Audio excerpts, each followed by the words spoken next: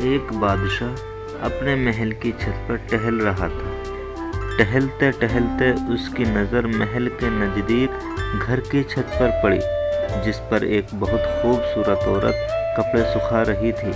بادشاہ نے اپنے ایک باندی کو بلا کر پوچھا، کس کی بیوی ہے یہ؟ باندی نے کہا، بادشاہ سلامت، یہ آپ کے غلام فیروز کی بیوی ہے۔ بادشاہ نیچے اترا۔ بادشاہ پر اس عورت کے حسن و جمال کا سحر سا چھا گیا تھا۔ اس نے فیروز کو بلایا۔ فیروز حاضر ہوا تو بادشاہ نے اس سے کہا، فیروز، ہمارا ایک کام ہے، ہمارا یہ خط فلاں ملک کے بادشاہ کو دے آؤ اور اس کا جواب بھی ان سے لے آنا۔ فیروز اس خط کو لے کر واپس آ گیا، خط کو اپنے تکیے کے نیچے رکھ دیا، سفر کا سامان تیار کیا، رات گھر میں گزاری اور صبح منزل مقصود پر روانہ ہو گیا۔ اس بات سے لا علم کہ بادشاہ نے اس کے ساتھ کیا چال چلی ہے۔ ادھر جیسے ہی فیروز نظر سے اوجھل ہوا، بادشاہ چپکے سے فیروز کے گھر پہنچا اور آہستہ سے فیروز کے گھر کا دروازہ کھٹکھٹایا۔ فیروز کی بیوی نے کہا، کون ہے؟ بادشاہ نے کہا، میں بادشاہ ہوں، تمہارے شوہر کا مالک۔ تو اس نے دروازہ کھولا۔ بادشاہ اندر آ کر بیٹھ گیا۔ فیروز کی بیوی نے حیران ہو کر کہا، آج بادشاہ سلامت یہاں ہمارے غریب خانے میں؟ بادشاہ نے کہا، میں یہاں مہمان بن کر آیا ہوں۔ فیروز کی بیوی نے بادشاہ کا مطلب سمجھ کر کہا، میں اللہ کی پناہ چاہتی ہوں آپ کو اس طرح آنے سے جس میں مجھے کوئی خیر نظر نہیں آ رہی ہے۔ بادشاہ نے غصے میں کہا، اے لڑکی، کیا کہہ رہی ہو تم؟ شاید تم نے مجھے پہچانا نہیں، میں بادشاہ ہوں، تمہارے شوہر کا مالک۔ فیروز کی بیوی نے کہا، بادشاہ سلامت، میں جانتی ہوں کہ آپ ہی بادشاہ ہیں، لیکن بزرگ کہہ گئے ہیں، شیر کو اگرچہ جتنی ہی بھوک لگی ہو، وہ مردار تو نہیں کھانا شروع کر دیتا۔ اور کہا، بادشاہ سلامت، تم اس کٹورے میں پانی پینے آئے ہو جس میں تمہارے کتے نے پانی پیا ہے۔ بادشاہ اس عورت کی باتوں سے بڑا شرمسار ہوا اور اس کو چھوڑ کر واپس چلا گیا، لیکن اپنے چپل وہیں بھول گیا۔ یہ سب تو بادشاہ کی طرف سے ہوا۔ اب فیروز کو آدھے راستے میں یاد آیا کہ جو خط بادشاہ نے اسے دیا تھا وہ تو گھر پر ہی چھوڑ آیا ہوں۔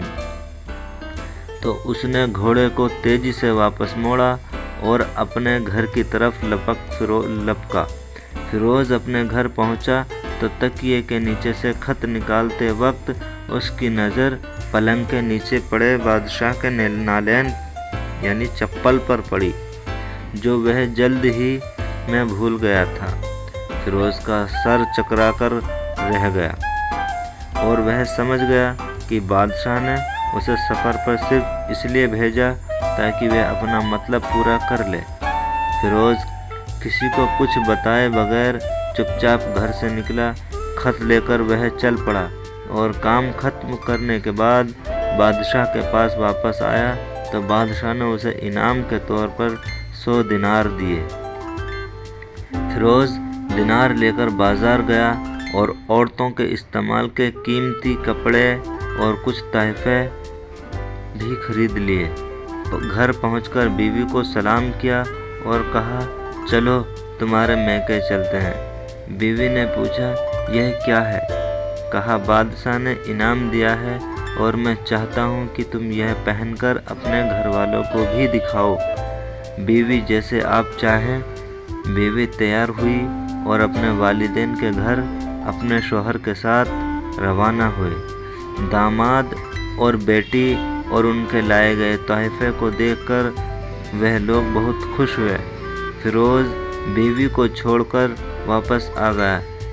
1 مہینہ گزرنے کے بعد بیوی کا پوچھا اور نہ اس کو واپس بلایا۔ پھر کچھ دن بعد اس کے سالے اس سے ملنے آئے اور ان سے کہا، آپ ہمیں اپنی بہن سے غصے اور ناراضگی کی وجہ بتائیں یا پھر ہم آپ کو قاضی کے سامنے پیش کریں گے۔ تو اس نے کہا اگر تم چاہو تو کر لو، لیکن میرے ذمے اس کا ایسا کوئی حق باقی نہیں جو میں نے ادا نہ کیا ہو۔ وہ لوگ اپنا کیس قاضی کے پاس لے گئے تو قاضی نے فیروز کو بلایا۔ قاضی اس وقت بادشاہ کے پاس بیٹھا ہوا تھا۔ لڑکی کے بھائیوں نے کہا اللہ بادشاہ سلامت اور قاضی صاحب کو صحیح سلامت رکھے۔ قاضی صاحب، ہم نے ایک سبز باغ درخت پھلوں سے بھرے ہوئے اور ساتھ میں میٹھے پانی کا کنواں اس شخص کے حوالے میں دیا تھا، تو اس شخص نے ہمارا باغ اجاڑ دیا، سارے پھل کھا لیے، درخت کاٹ لیے اور کنویں کو خراب کر کے بند کر دیا۔ قاضی فیروز کی طرف متوجہ ہو کر پوچھا ہاں تو لائی لڑکے، تم کیا کہتے ہو اس بارے میں؟ فیروز نے کہا قاضی صاحب، جو باغ مجھے دیا گیا تھا اس سے بہتر حالت میں میں نے اسے واپس کیا ہے۔ قاضی نے پوچھا کیا اس نے باغ تمہارے حوالے ویسے ہی حالت میں واپس کیا ہے جیسے پہلے تھا؟ انہوں نے کہا ہاں ویسے ہی حالت میں واپس کیا ہے، لیکن ہم ان سے باغ واپس کرنے کی وجہ جاننا چاہتے ہیں۔ قاضی نے کہا ہاں فیروز، تم اس بارے میں کیا کہنا چاہتے ہو؟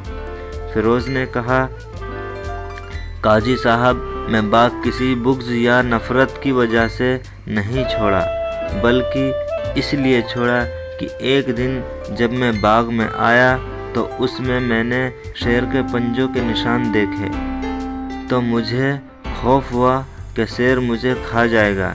اس لیے شیر کے اکرام کی وجہ سے میں نے باغ میں جانا بند کر دیا۔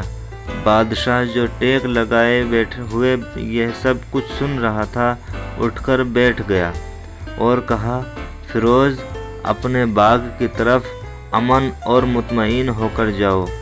اللہ کی قسم، اس میں کوئی شک نہیں کہ شیر تمہارے باغ آیا تھا، لیکن وہ وہاں پر نہ تو کوئی اثر چھوڑ سکا، نہ کوئی پتا توڑ سکا اور نہ ہی کوئی پھل کھا سکا۔